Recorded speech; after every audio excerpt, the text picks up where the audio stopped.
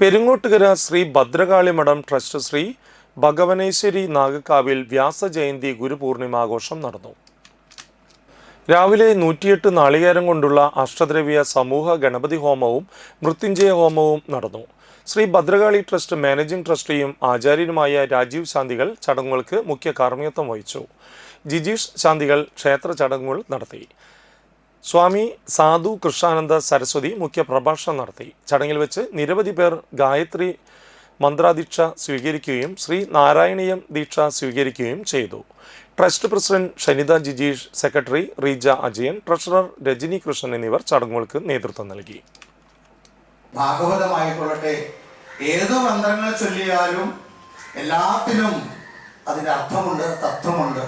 18 പടി ശബരിമലയ്ക്ക് തത്വമുണ്ട്, 18 പടികൾക്കും തത്വമുണ്ട്. നമ്മൾ വിളിക്കുന്ന ശരണത്തിന് തത്വമുണ്ട്, അമ്മേ എന്നുള്ള വിളിക്ക് തത്വമുണ്ട്. ഇതൊക്കെ തിരിച്ചറിയാൻ നമുക്ക് സാധിക്കണം. ഒരിക്കൽ ഗുരുപരമ്പരകളൊക്കെ നമുക്ക് ഇതുപോലെ പറഞ്ഞു തന്ന വേദങ്ങളെ അല്ലെങ്കിൽ പുരാണങ്ങളെ ഒക്കെ നമ്മൾ മറ്റൊരു വിധത്തിലാണ് ചിത്രീകരിച്ച് പഠിച്ചത്. ഇപ്പം നമ്മളൊക്കെ ഈ കർക്കിടക മാസത്തിൽ രാമായണം പഠിക്കുന്നുണ്ട് അല്ലേ, പാരായണം ചെയ്യുന്നുണ്ട്. ഇങ്ങനെ പാരായണം ചെയ്യുന്ന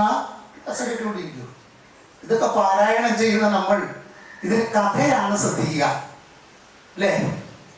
4 സഹോദരന്മാര്, സീത, അതുപോലെ 3 അമ്മമാര്, ഒരച്ഛൻ, ഇവരടങ്ങുന്ന ഒരു കുടുംബത്തിന്റെ കഥയായിട്ടാണ് നമ്മൾ എന്ത് ചെയ്യുന്നത്, രാമായണത്തെ കാണുന്നത്. ഇപ്പൊ നിങ്ങൾ നാലമ്പല ദർശനം നടത്തിയത് എത്ര പേരുണ്ട് ഇവിടെ? നാലമ്പല ദർശനം രാമായണവുമായി ബന്ധപ്പെട്ടതാണ്. അതുകൊണ്ട് തന്നെ നമ്മൾ ഒന്ന് ചിന്തിച്ചു നോക്കി, ആ രാമായണത്തിന്റെ തത്വം ഉമാമഹേശ്വര സംവാദത്തിൽ പാർവതീദേവി ഭഗവാനോട് തുടക്കത്തിലെ ചോദിക്കുന്നുണ്ട്, ശ്രീരാമദേവ തത്വം എനിക്ക് ഉപദേശിച്ചിടണമെന്നാണ് പറഞ്ഞത്.